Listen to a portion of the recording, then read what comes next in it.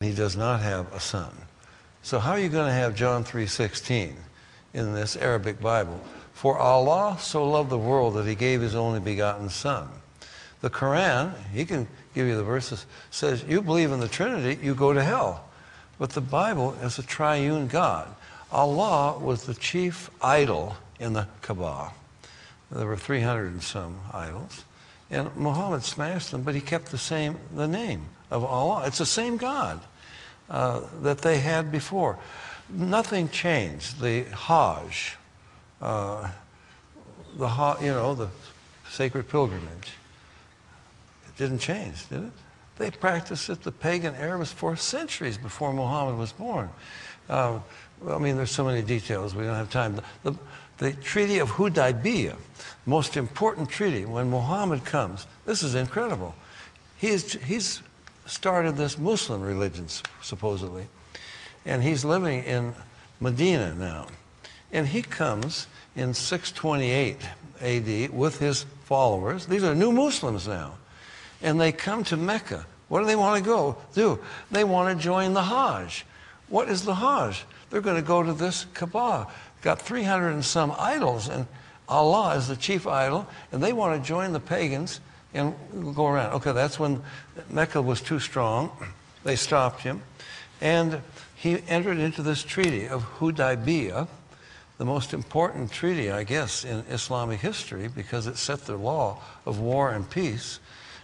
It established a hudna. And these guys are not talking about peace, they're talking about a hudna, a temporary ceasefire so we can gather our strength to destroy you, okay? So, but as part of that deal, Muhammad got to come then the next year, 629. Here he comes. These are Muslims. This is Muhammad, the prophet of Islam. And they join the pagans. They go 7 times. Did you ever go on that pilgrimage? No. My father did. Yeah.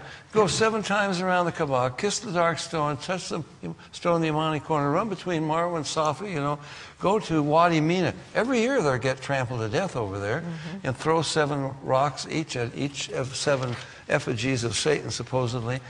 All of the pagan ceremonies that were established before Muhammad was born, the Muslims do them today. Only thing they changed was, instead of Allah being the chief God in the Kaaba, Allah is the only God, and if you don't admit that, we kill you, okay?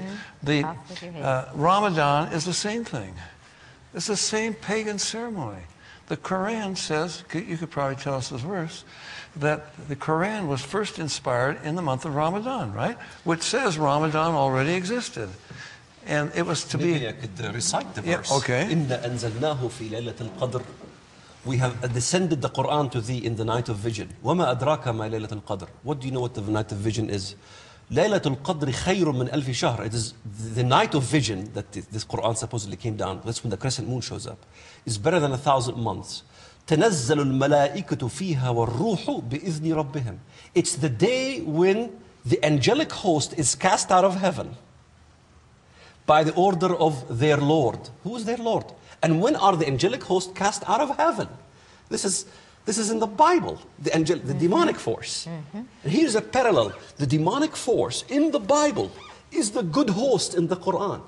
The Antichrist of the Bible is the Mahdi of Islam. 2 John 2:22. Who is the liar? He who denies that Jesus is the Christ, that God came in the flesh. He is Antichrist that denies the Father and the Son. Major. So what is Allah? Allah is the religion of Antichrist. It is a form of Antichrist. It is a system of Antichrist. And maybe, I know Dave Hunt will agree with me with that one. Talking about Sharia law, everything Dave Hunt would say about what's happening in the world proves my point. Who's changing the laws? Who's asking to change all the laws throughout the Middle East?